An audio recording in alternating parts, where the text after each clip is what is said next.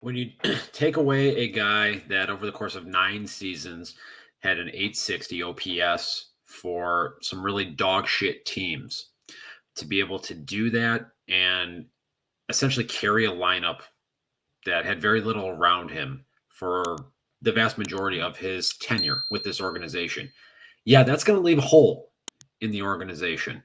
We can talk all we want about the roster construction issues, the glut of first base DH types on this roster, and it's all true.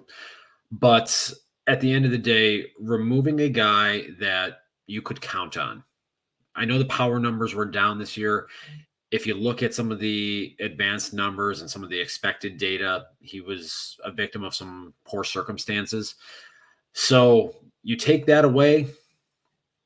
I don't know how this is going to make the offense better initially.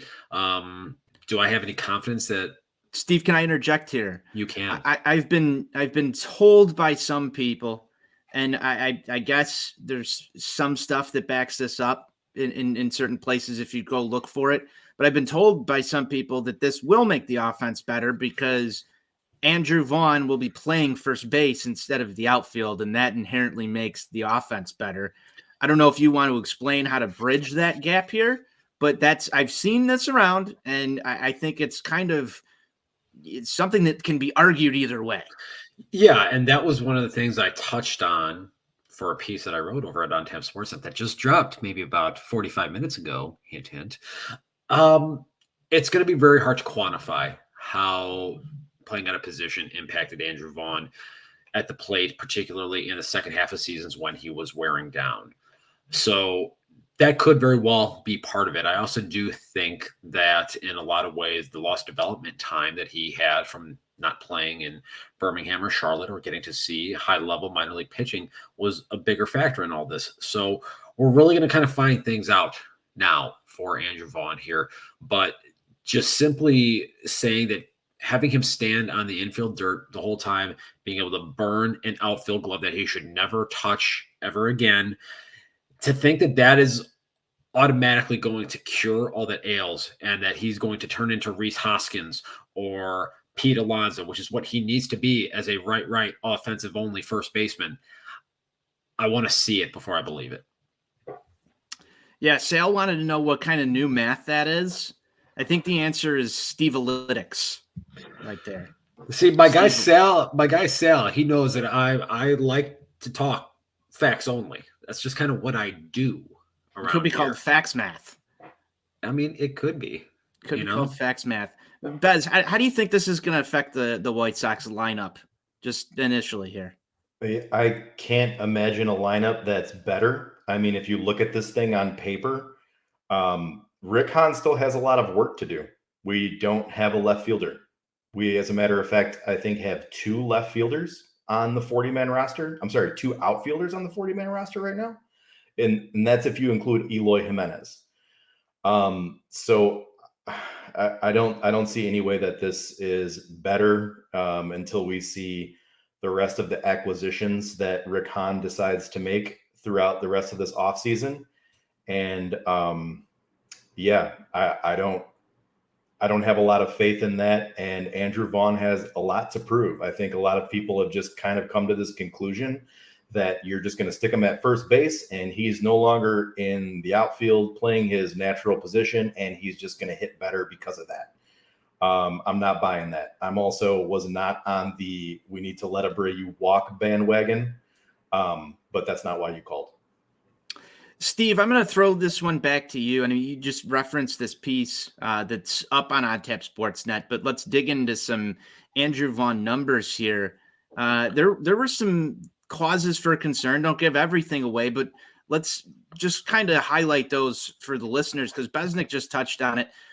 You know, he's not really proven yet, so let's get to some of that. Well, you know, the biggest thing for Andrew Vaughn is the precipitous decline in his production in each of the 2 second halves that he has played since joining the team at the start of the 2021 season. And the numbers are really startling. And if you just look at last year alone, a significant decline in his exit velocity, which I know you love to talk about, Anthony. I know you're a big exit velo guy. Huge. So the fact of the matter is, though, that was one of the biggest takeaways from it. He just simply wasn't hitting the ball as hard.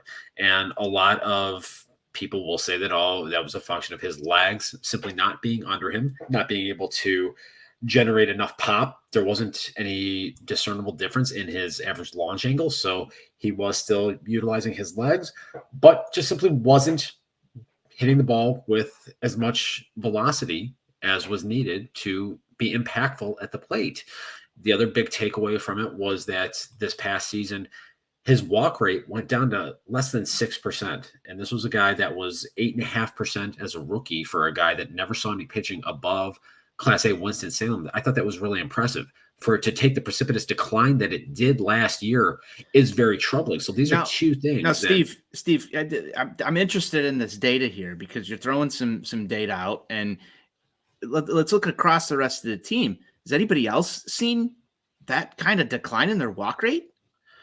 I mean, that was a pretty widespread thing that we saw throughout the 2022 season here. I mean, this is a team that just simply refused to take walks. They were allergic to it. The one guy that actually saw an improvement in his walk rate is now going to be playing for the Houston Astros. Oof. That's like not good. That's terrible. It's not great, Bob. That's we say terrible. in the business. Yeah, terrible. Steve, I'm really interested in digging into these because I haven't just the walk rates amongst every single starter in that lineup. Because I feel just with the eye test and watching this team all year, everybody seemed to suffer from that. Now, there's two ways that you can think of that. One is maybe it takes a collective turn altogether with a different approach. Obviously, you've got Menachino gone, so maybe that was part of the issue. But also, on the other hand, maybe that's just an organizational and a developmental thing that they have lacked. And you can't really fix that all together across all of these guys. Now, we're talking about Andrew Vaughn, who didn't have any time in the White Sox system to go through the same things that Eloy and Yohan Moncada or even Luis Robert did. But me sitting here right now, and maybe I'm different than both of you, I don't think there's really any difference. All of these guys still have holes in their game that should have been fixed or are seemingly fixed by other organizations before a player reaches the major league level. So removing the one guy who seemingly didn't really have any holes in his game, I'm going to go back and bring this to the lineup. Jose Abreu was there every day. Jose Abreu played the game the right way every day. When Jose Abreu made a mistake, you knew he was going to make up for it in some way, shape, or form in a different aspect of the game. I think that's what you miss the most. And not to really take it away from the lineup stuff, this was the guy that they made shirts for as the leader of that young core. This was the guy that said just a couple of years ago that he was going to sign himself here. He wanted to win a World Series here. He wanted to do all these great things with this group, was willing to sit through the second thing.